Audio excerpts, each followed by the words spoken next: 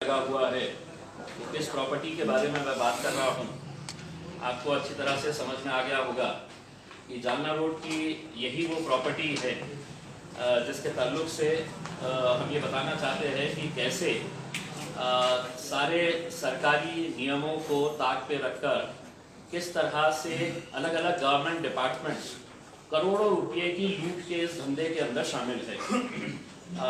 एक बात मैं साफ बताना चाहता हूँ कि जालना रोड की ये जो जगह है ये वक्फ बोर्ड की जगह है और वक्फ कानून के हिसाब से चाहे वो पुराना कानून हो 19 नहीं पहले सबसे पहले तो मैं आपको तारुफ करवा दूँ। हमारे फारूक पटेल साहब है जो वक्फ के केसेस लड़ते हैं और जिनकी वजह से हमको बहुत मदद मिली है।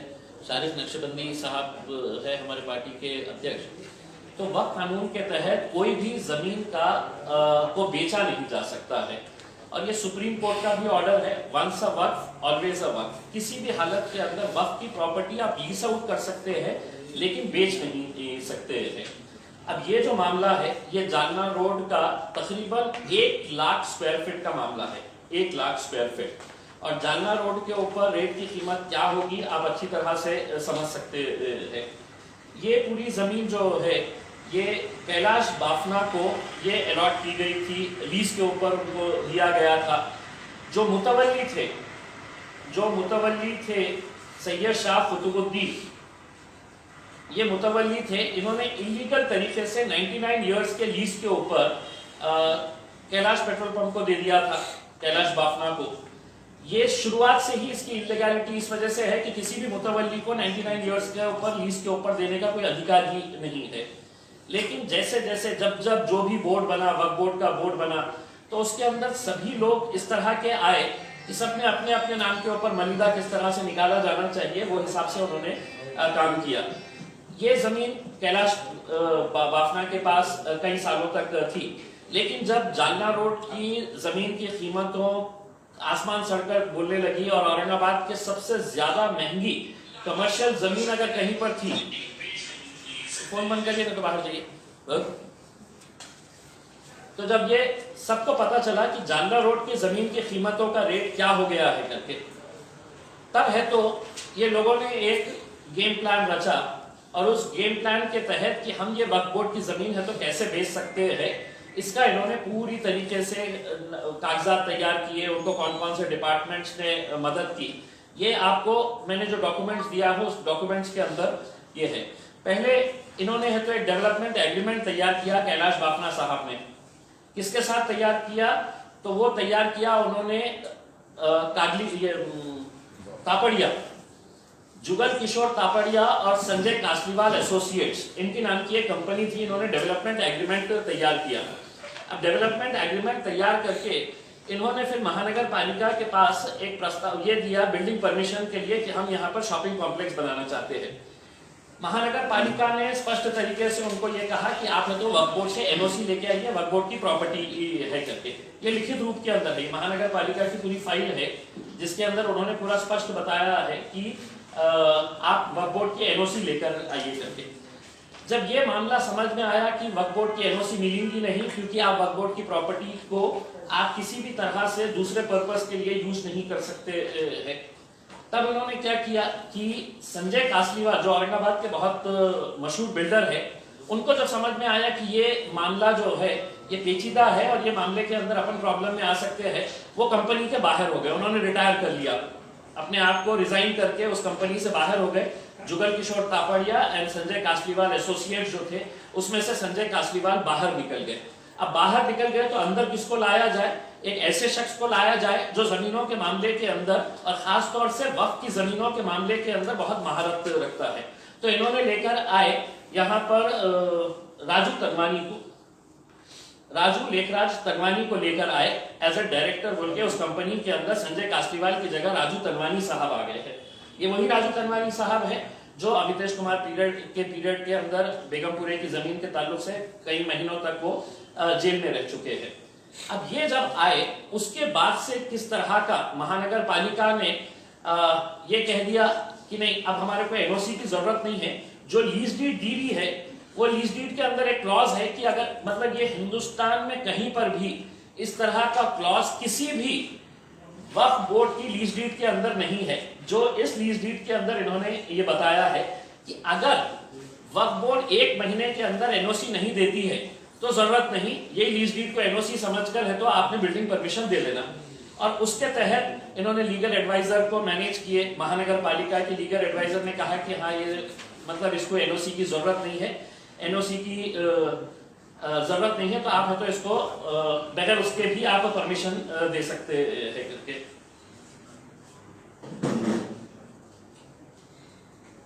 इसका टेक्निकल मैं आपको एक बता दूं कि ये जो है 1964 के अंदर ये एग्रीमेंट हुआ था। अमित साहब 12 बजे प्रेस कॉन्फ्रेंस थी, तो अगर जिला अध्यक्ष अगर लेट आ रहे थे तो सर असल में एक एक्सीडेंट हो गया था रास्ते में, वो लेडीज और बच्चे को हॉस्पिटल तक कर दिया।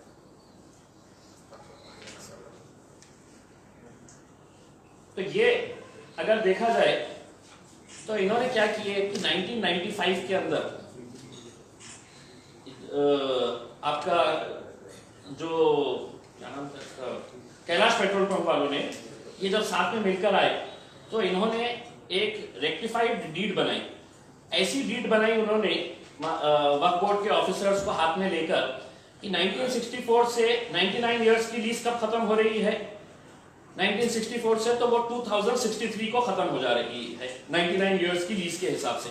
इन्होंने 1995 के अंदर उसी लीज डीड को रिवाइज किया और ये कहा कि अब है तो 1995 से है तो हम और 99 इयर्स के लिए है तो हम ये लीज तैयार कर रहे हैं करके, जो मतलब अगेन इलीगल है क्योंकि वक्फ एक्ट के हिसाब से किसी को भी 3 साल से ज्यादा देने का अधिकार ही नहीं है। तो इन्होंने अपना बना लिए। 1995 के अंदर वक्फ बोर्ड का सीईओ जो भी होगा उसने है तो इनके साथ साठगांठ करके पूरा ये मामला कर लिया। अब ये जो मामला आया इसके बाद 96 में वक्फ बोर्ड को रियलाइज हुआ कि नहीं हमने तो 64 से दिए थे इनको जमीन, अब इन्होंने 1995 से है तो दोबारा है तो 99 इयर्स का लीज डीड एक्सटेंड कर दिए है करके। तो 96 के अंदर एक रजिस्टर्ड डीड फिर से तैयार हुई और उसके अंदर ये बताया गया कि नहीं आपका जो है वो 1964 से ही कैलकुलेट किया जाएगा। उस हिसाब से अगर देखा जाए तो 41 साल रहते थे, लेकिन अब इन्होंने बिल्डिंग परमिशन ले लिया, वहां पर जाकर है तो एक बड़ा कॉम्प्लेक्स तैयार हो गया। अब वो कॉम्प्लेक्स का जब किसी भी हालत के अंदर ये बेचा नहीं जा सकता है तो मैंने ये इसकी पूरी जानकारी बनाई और जानकारी बनाकर मैंने वक्फ के जो मंत्री है अल्पसंख्यक विकास व औकाफ, कौशल्य विकास व उद्योजकता जनाब नवाब मलिक साहब जो वक्फ के मिनिस्टर है, मैंने वक्फ के मिनिस्टर साहब को एक पत्र लिखा और उनको ये बताया कि साहब ये वक्फ की प्रॉपर्टी है और धड़ल्ले से इसकी खरीदो फरोख्त चालू है, करोड़ों रुपये का इसके अंदर लेन देन चल रहा है, करोड़ों रुपये के अंदर छोटी छोटी दुकानें बेची जा रही है करके। तो उन्होंने मुझे एक लिखित रूप के अंदर रिप्लाई दिया है, वो रिप्लाई की कॉपी भी मैंने आपको अटैच किया हूं, जो दिसंबर 2020 को आया, यानी कि कुछ दिन पहले ही ये पत्र, 1 महीना भर पहले ही मेरे को ये पत्र मिला। अगर ये पत्र को पढ़ेंगे तो उन्होंने बताया कि कैसा कैसा इसके अंदर ये मामला है।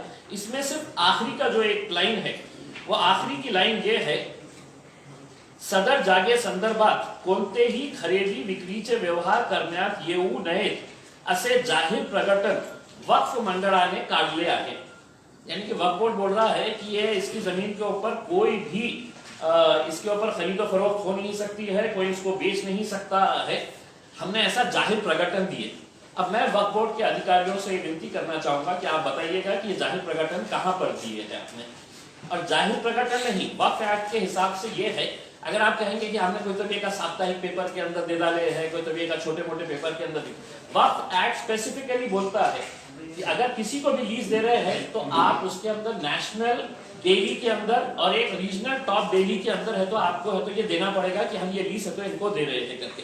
ऐसा नहीं किया गया है। अब नवाब मलिक साहब ने बोले हैं तो मैं ये मानकर चलता हूं कि उन्होंने दिए होंगे, तो अब ये वक्फ बोर्ड की जिम्मेदारी है उन्होंने बताना कि जाहिर प्रकटन कहां पर दिए हैं करके।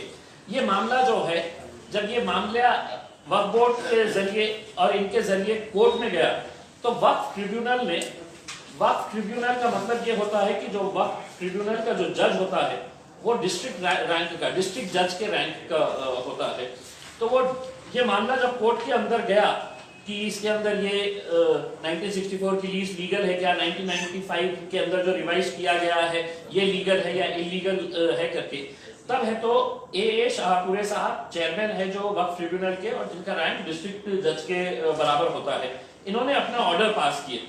ये कब का ऑर्डर है? ये 2018 के अंदर उन्होंने पास किए, और उस ऑर्डर के अंदर उन्होंने ये कहा है, it is hereby declared that lease deed dated 1911-1964 executed by the Mutawallis of the Dargah Hazrat Daud Ganj Lashkar Maghrabi Auliya Sahab and modified lease deed dated 2/6/1995 registered in the office of Sub Registrar Aurangabad executed by the Mutawallis of the Dargah with the consent of the board in respect of the suit property are void ab initio and are no effect। यानी कि इसका मतलब ये होता है कि शुरुआत से ही 1964 से ये जितना भी ये मामला है ये पूरा टोटल ही ये बोगस है, इलीगल है।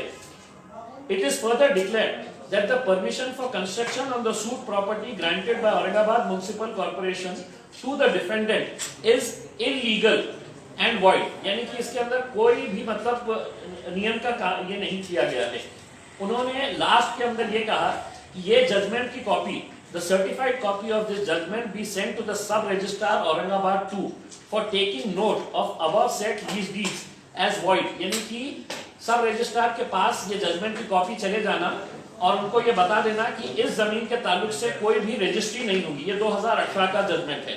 अब 2018 का अगर ये जजमेंट है तो किस तरह से जुगल किशोर तापड़िया, राजू तनवानी और बाफना, कैलाश बाफना ने ये जमीनों का जो धंधा किए हैं, जो बेचे हैं,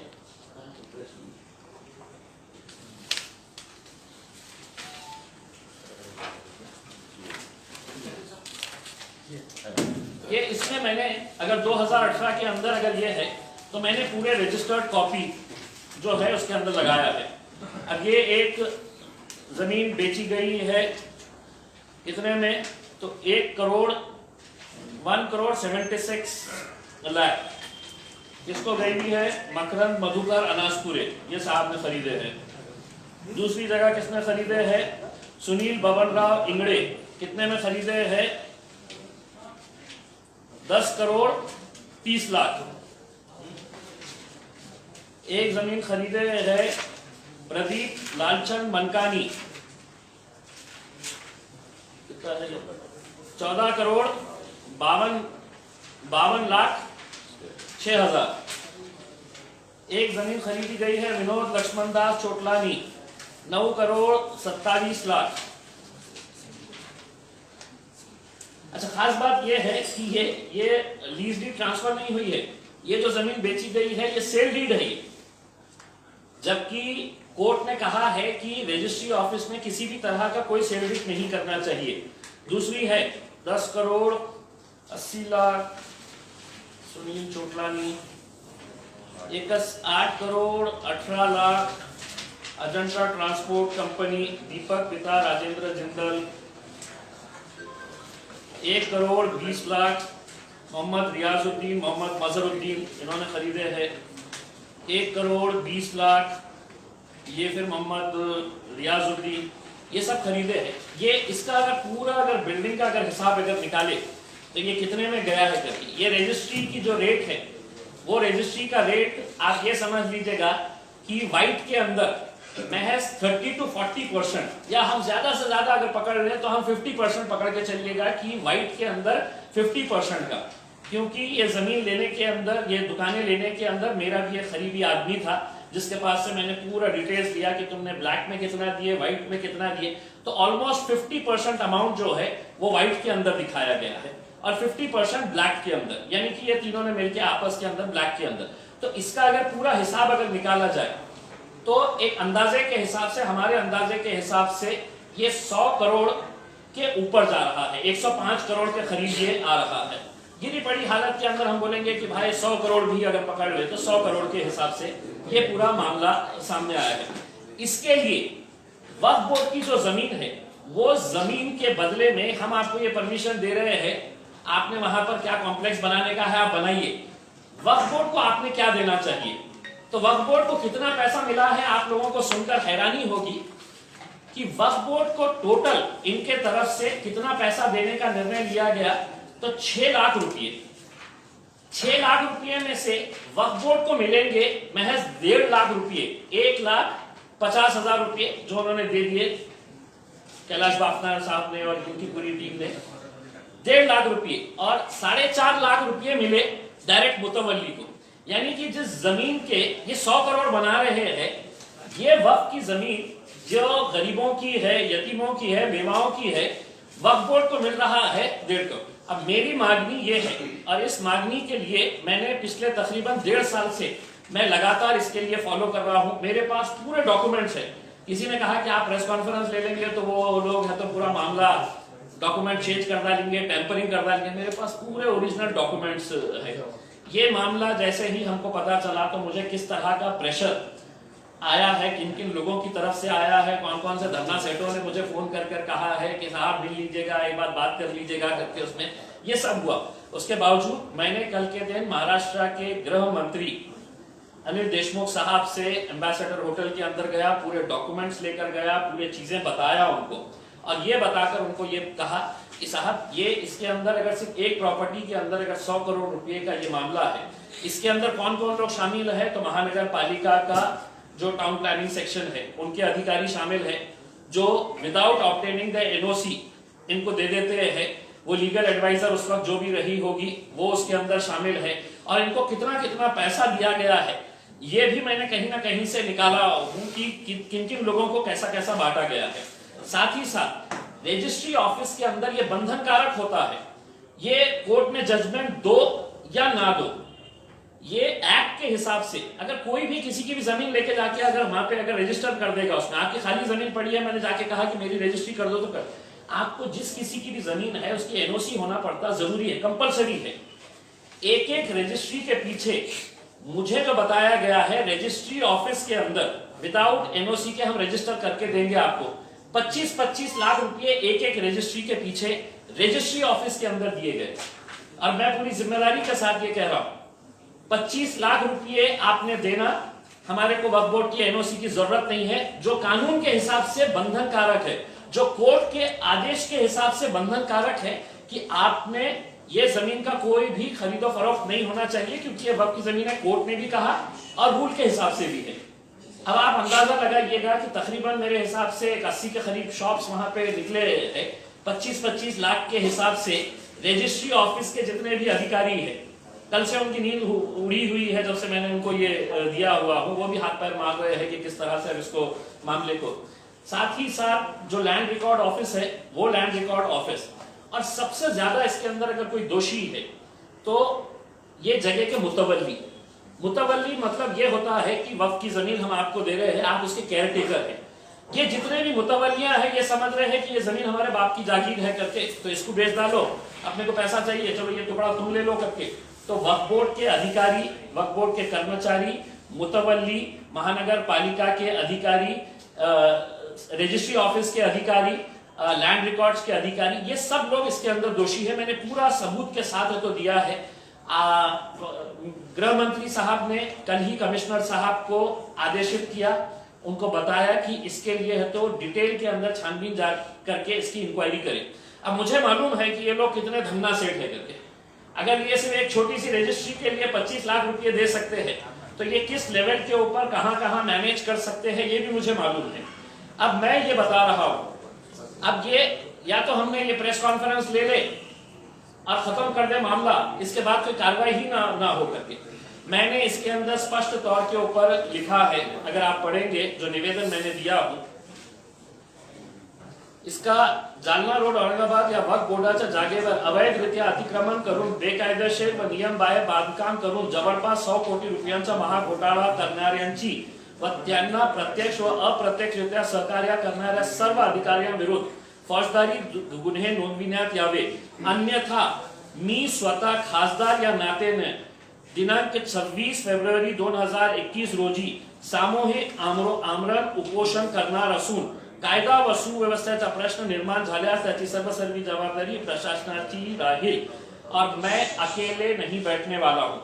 हमने ये तय किए हैं कि कम से कम मेरे साथ 26 फरवरी को 1000 लोग हम जिला अधिकारी के सामने बड़ा पेंडॉल लगा के 1000 लोग, उसकी नोंदनी हमने करना शुरू कर दिए थे।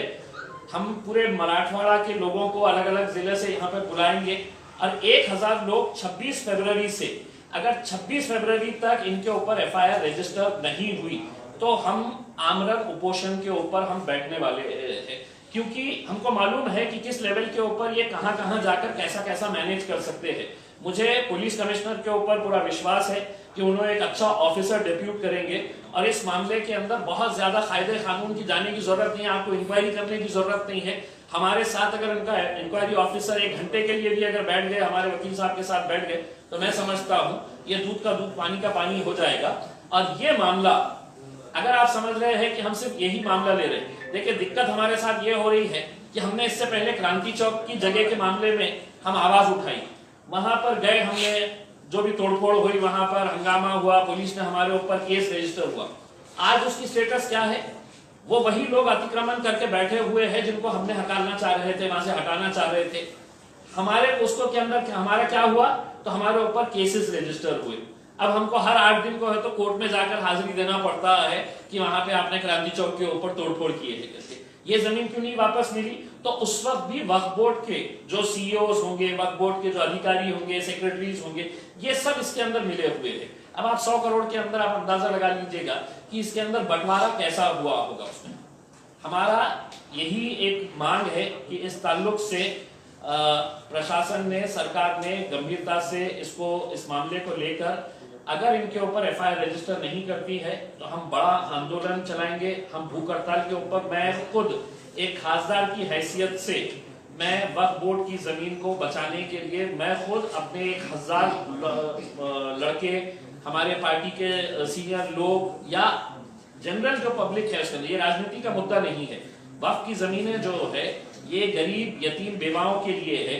जालना रोड के ऊपर अगर आप देखेंगे, आधे से ज्यादा जमीन जो है वो वक्फ की है। वहां पर कौन बैठा हुआ है? तो कोई धन्ना सेठ बैठे हुए हैं। यही जमीन के बाजू देख लीजिएगा कौन बैठा है, यही जमीन के ये तरफ देख लीजिएगा, सब वक्फ की जमीन है।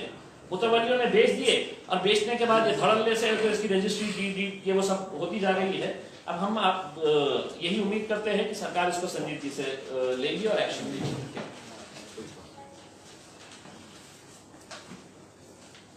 अलावा भी बहुत सारे ये हमने शुरुआत की है। मराठवाड़ा में जो कई सारे हैं उसमें पॉलिटिकल लोगों के बहुत यकीन पॉलिटिकल लोगों के है और इसमें बहुत सारे मतलब सभी राजनीतिक पार्टियों के लोग इसके अंदर शामिल हैं। जैसे अगर भीड़ के अंदर आप देखेंगे तो भीड़ का जो वहां का दबंग नेता है, जैसे जयदत्त क्षीरसागर हो गए, जालना के अंदर जो भी दबंग नेता थे, ये सब लोगों ने अपने अपने दबा के रखे हुए हैं उसमें। अब हमने इसकी शुरुआत की है और ये शुरुआत करके हम यकीनन औरंगाबाद के अंदर खुद मैं तमाम वो लोगों को जिन्होंने ये वक्फ की जमीनों के ऊपर ये इस तरह के प्रोग्राम, अभी और एक तकरीबन 130 एकड़ जमीन का एक मामला है जिसके अंदर औरंगाबाद के बड़े बड़े धन्ना सेठ लोगों ने है तो एक कंपनी फॉर्म करके है तो उसके ऊपर वहां पर बहुत बड़ा एक वो बना रहे थे। हमारी तो पूरी कोशिश रहेगी साहब कि ये पूरे लोग, ये लोगों ने जेल जाना चाहिए और अगर जेल नहीं जाएंगे तो फिर आंदोलन कैसा छेड़ने का है ये हमने इसकी पूरी तैयारी करके रखे हुए है। तो शुरुआत यहाँ से हुई है, इसके बाद भी मतलब बहुत सारे केसेस हम स्टडी कर रहे हैं। चुकीच्या पद्धतीने त्या रजिस्ट्री केलेल्या आहेत रजिस्ट्री ऑफिस मधून, तर तो जो ऑनलाइन डेटा असतो तो सबमिट करावा लागतो, तो झाला कसा, त्याच्यातलं टेक्निकली त्याने कसं फसवलेलं आहे? नाही, वक्फ बोर्डाची जमीनची खरेदी विक्री होऊ शकत नाही, मतलब हे स्पष्ट आहे, मतलब त्याच्यामध्ये काही वेगळं सांगण्याची गरज नाही आहे। वक्फ बोर्डाची जागा जे आहे ना ते लीज डीडवर देऊ शकता तुम्ही की इतक्या वर्षासाठी 3 वर्षासाठी आम्ही तुम्हाला हे लीजवर देतो, तुम्ही तुम्हाला तिथे जे कारोबार करायचे आहे ते कारोबार करा, त्याच्यानंतर ते रिन्यू होऊ शकतं। पण आपण बघा याच्यामध्ये की डायरेक्ट सेल डीड करण्यात आलेली आहे, डायरेक्ट सेल डीड। आता रजिस्ट्री ऑफिसला हे कंपल्शन आहे की आपण कोणतीही जमीन ट्रान्सफर करताना ज्या डिपार्टमेंटची आहे ते जिल्हाधिकाऱ्याची असेल, गव्हर्नमेंटची लँड असेल, कुणाला दिली असेल किंवा महानगरपालिकाची जागा, तर ते त्यांची NOC हे कंपल्शन होती। पण एका रजिस्ट्रीसाठी 25-25 लाख रुपये सिर्फ रजिस्ट्री ऑफिसला एका दुकानासाठी 25-25 लाख रुपये रजिस्ट्री ऑफिसने घेतलेले आहे। तर तुम्ही याचा एक आकलन करा की किती मोठा हे आहे।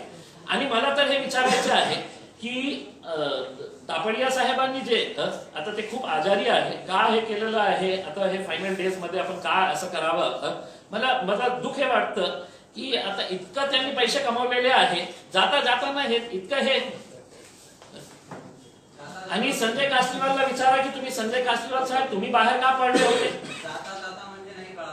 नाही, ते त्यांनी स्वतः मला सांगितलं की मी खूप आजारी आहे, मी बोलू शकत नाही. नाही, ते काही असू द्या, मला हे सांगायचे आहे की आपल्याकडे इतकं आपण पैसा कमावलेले आहे, हे गोरगरिबांचे पैसे कशासाठी पाहिजे आता. मला एक सांगा विद्यार्थी की तुम्ही एवढं इन्व्हेस्टिगेशन केलेलं आहे की टाउन प्लॅनिंग, रजिस्ट्रीचे ऑफिसर, महानगरपालिकेचे ऑफिसर, त्याच्यानंतर वर्क बोर्डाचे अधिकारी याच्यामध्ये सामील आहे असं म्हणता तुम्ही. मग एवढे वेग आरोप का करता तुम्ही, त्यांची नावं का सांगत नाही. जर तुम्ही एवढं इन्व्हेस्टिगेशन केलं असेल तर तुम्ही एक अधिकाऱ्याची नावं सांगा ना. नाही, काय आहे की मला 1995 आणि 96 मध्ये वक्फ बोर्डाचे कोण अधिकारी होते, कोण सीईओ होता, हे मला माहित नाही. पण मी एक सांगतो ना, इन्क्वायरी मध्ये ती येईल ना की 1995 मध्ये कोणी हे केलेलं आहे. जे टाउन प्लॅनिंग रेकॉर्ड, टाउन प्लॅनिंगचे ही 2003 ला कोण लीगल ऑफिसर होती, मी वर्ष सांगतो ना. ते इन्क्वायरी मध्ये आपण इन्क्वायरी केली, पोलिसांनी इन्क्वायरी केली तर ते स्पष्ट होतील ना. आणि मी संजय कासनीवाल जे बाहेर पडले, त्यांच्या या केसमध्ये काही संबंध नाही. कारण त्याला कळालं होतं की बाबा यामध्ये आपण भागडीत पडायचं नाही, आपण जेलमध्ये जाऊ शकतो, ते बाहेर पडले. कागलीवाल त्यांचे नाव घेतो ना मी.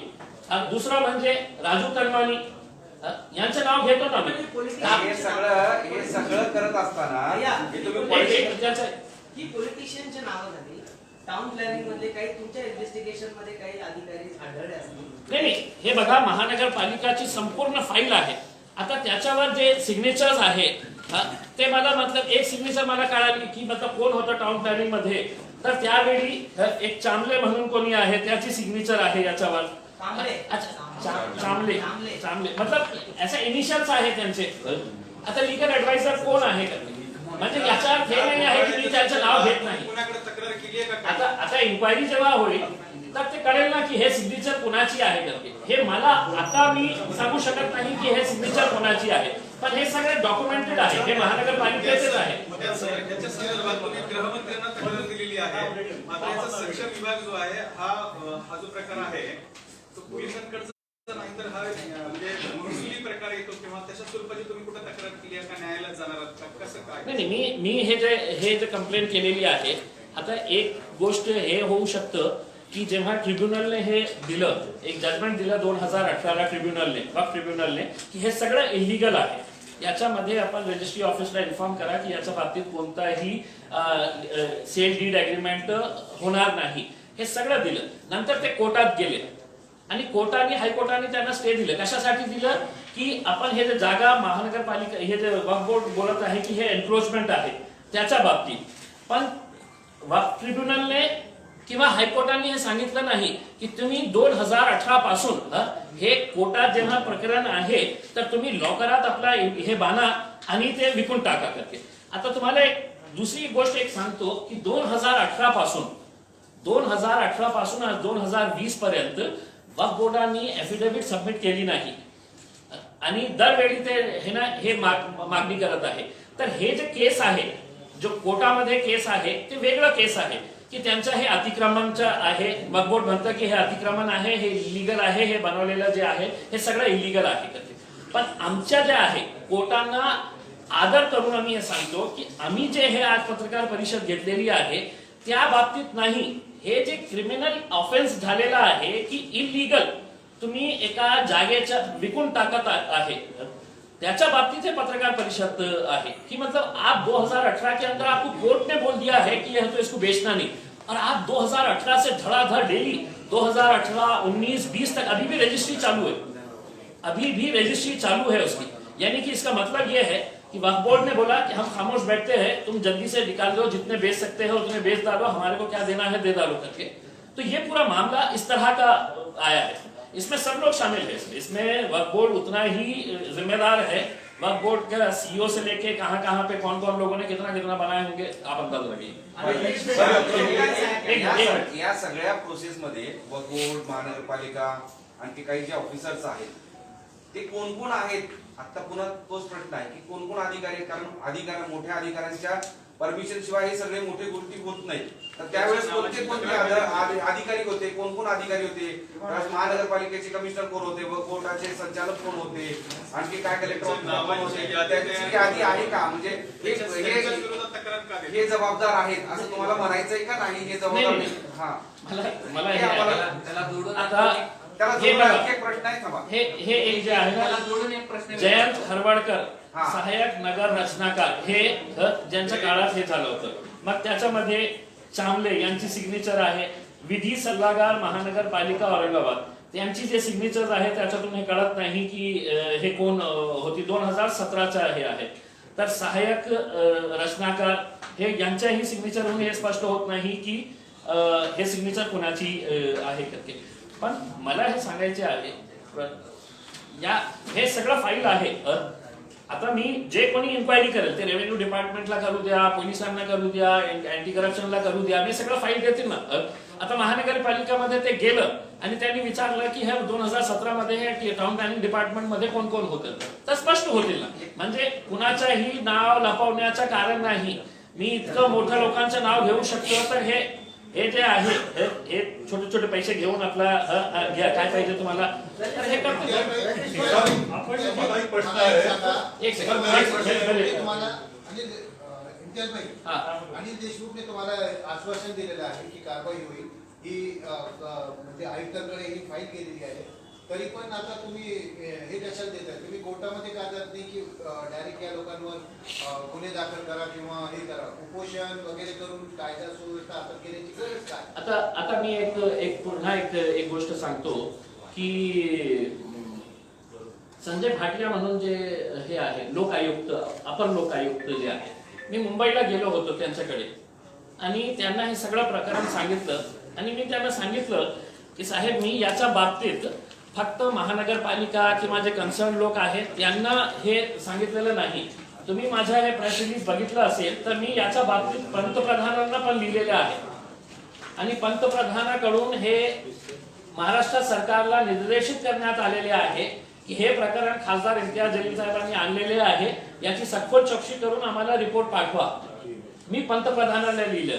मग मी कुणाला लिहिलं तर सेंट्रल मायनॉरिटी हे जे आहे सेंट्रल गव्हर्नमेंटचे मायनॉरिटी डिपार्टमेंट, हे सगळ्यांनी मला उत्तर दिले की हे जे मामला आहे हे राज्य सरकारची आहे. Ministry of minority affairs, Pramod Kumar Das IAS secretary, यांनी मला दिले. I have got the matter examined as the matter falls within the purview of the state government. A copy of your above referred letter has been forwarded to State Government of Maharashtra via Ministry's letter for necessary action in the matter. मी सगळ्यांकडे हे पाठवलेलं आहे. मला हे सांगायचे आहे की कोर्टाचा दरवाजा माझ्यासाठी उघडा आहे. पण हे जे आहे हे चीटिंग केस आहे.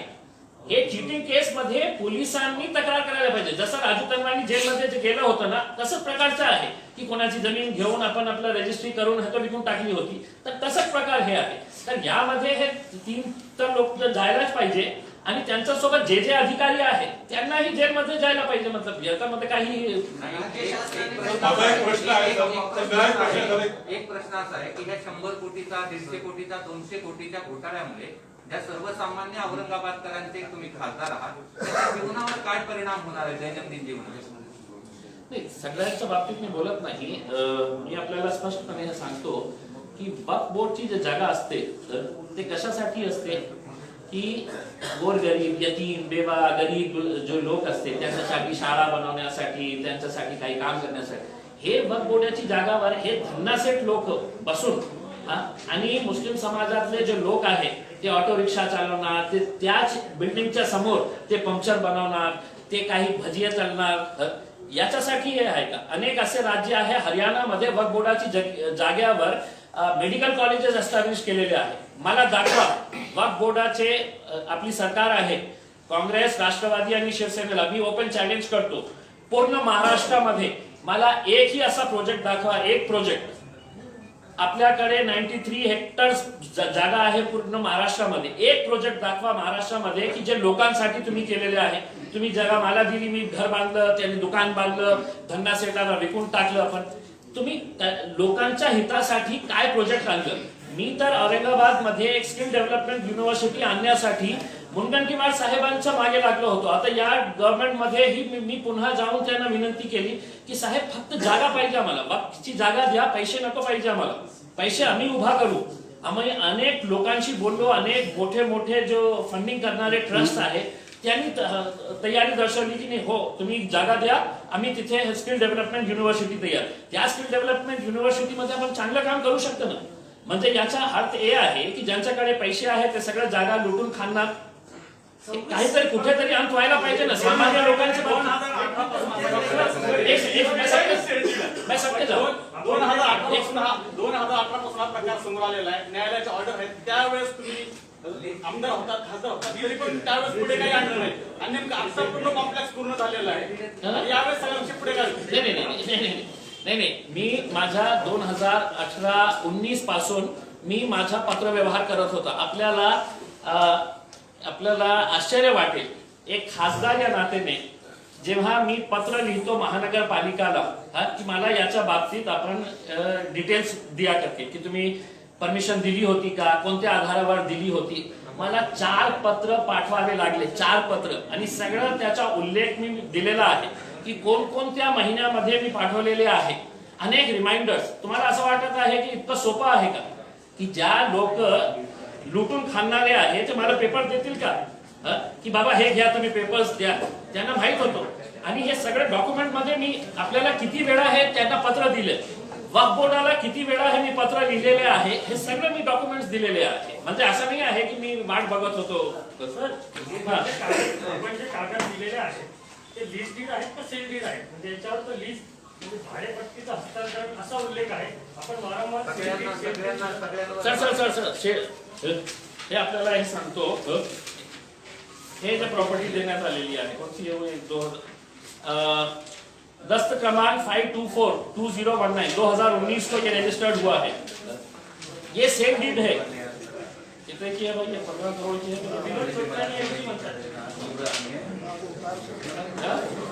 1 करोड़ 50 लाख.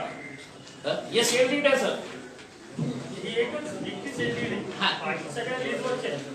लीज म्हणजे भाई लीजला तुम्हाला वक्फ बोर्डाने जागा दिलेली आहे, ठीक आहे, एका उद्दिष्टासाठी दिलेली आहे.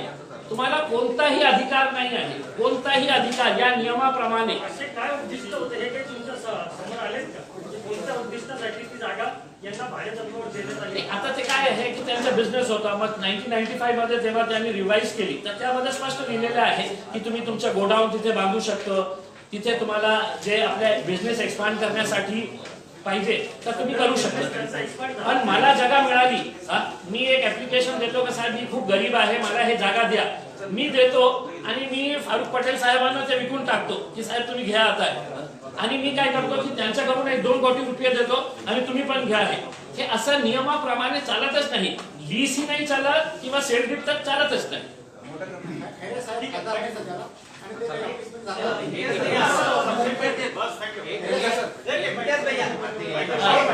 एक आखरी एक मला प्रश्न असा पडलाय की तुम्ही 1 महिन्यापूर्वी प्रेस घेताय, इशारा प्रशासनाला देताय आणि 1 महिन्यानंतर म्हणजे 26 फेब्रुवारीला यस देखिए स्पॅन घेण्याची गरज काय? नहीं देखिए ये बहुत अच्छा ये है कि आपको पता होगा कि लोकसभा का अधिवेशन शुरू है और ये जो मामला है ये ऐसा नहीं है कि कोई एक इंक्वायरी ऑफिसर जाएगा किसी एक और डिपार्टमेंट के अंदर. ये इसके अंदर तकरीबन 5 डिपार्टमेंट्स ऐसे हैं जहां पर 5 डिपार्टमेंट्स के पूरे डिटेल्स इनको जमा करना पड़ेगा. और 5 डिपार्टमेंट्स के डिटेल जमा करके पुलिस डिपार्टमेंट में भी मुझे मालूम है कि वक्त से रिलेटेड पे एक्सपर्ट तो नहीं है, उनको भी वकीलों की जरूरत, उनको भी एक्सपर्ट की जरूरत लगेगी. तो 15 तारीख तक लोकसभा का अधिवेशन है. 15 से 20 तक हम गुजरात के इसके अंदर रहेंगे, इसलिए हमने तो 26 तारीख की डेट दी है. बहुत अच्छी बात है सर, उनको बोलिए नेक्स्ट टाइम भी आप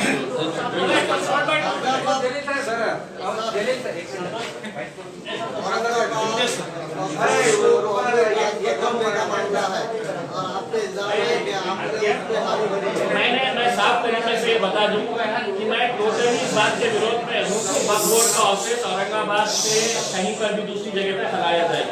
सबसे ज्यादा वक्त की जमीनें जो है वो मराठवाड़ा के अंदर है और मराठवाड़ा के अंदर औरंगाबाद में ही वक्फ बोर्ड का ऑफिस रहना है। ये स्पष्ट तरीके से ये गलत खबर फैलाई गई है कि मैंने इसका समर्थन किया है। मैं कट्टर विरोधी हूँ इस बात का कि यहाँ से वक्फ बोर्ड नहीं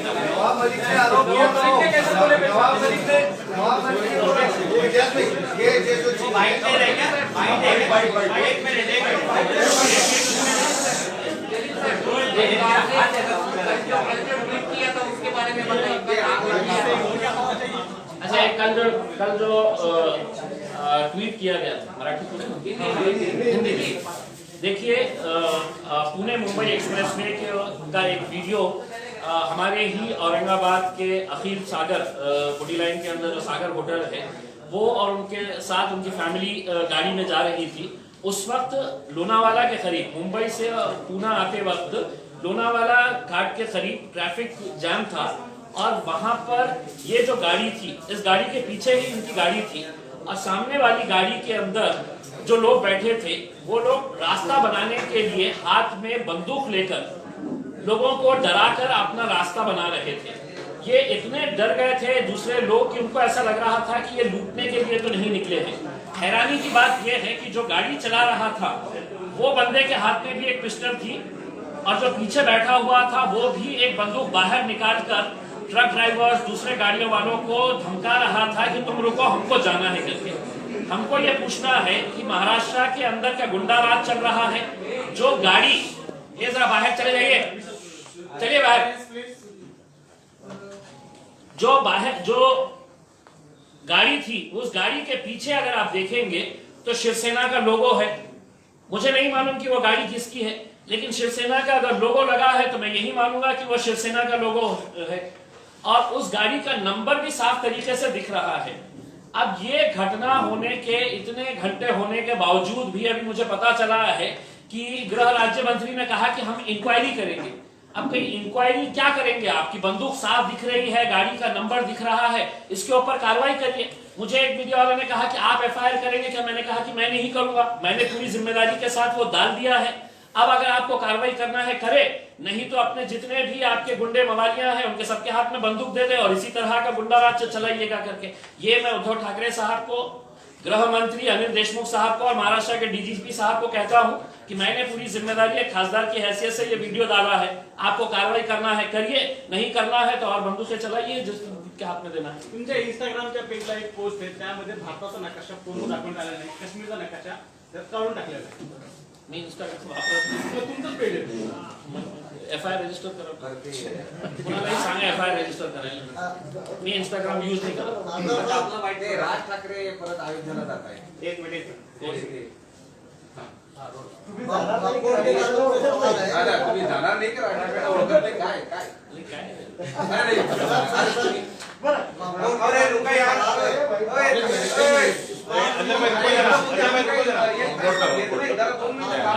स्मार्ट सिटी प्रोजेक्ट के तहत वक्फ की जमीन पे कब्जे किए जा रहे हैं, इमारतें मस्मार की जा रही है और उसका कोई देखिए, अगर वक्फ बोर्ड की जगह के ऊपर हो रहे हैं तो वक्फ बोर्ड का पूरा हेड ऑफिस यहाँ पर बैठता है, औरंगाबाद में बैठता है। अगर वो लोगों ने ये तय करे हैं कि हम यहाँ पर है तो सिर्फ पैसा खाने के लिए बैठे हैं, बाकी जिसको लूटना है खाना है सब खा लीजिएगा करके, तो जब उनकी जगह है उनको तकलीफ नहीं हो रही है तो अब ये उम्मीद कर रहे हैं कि नहीं हम सब खाएंगे और इम्तियाज जमीन में जाके है तो रुकाना, लड़ना है, करना है, बात करिए।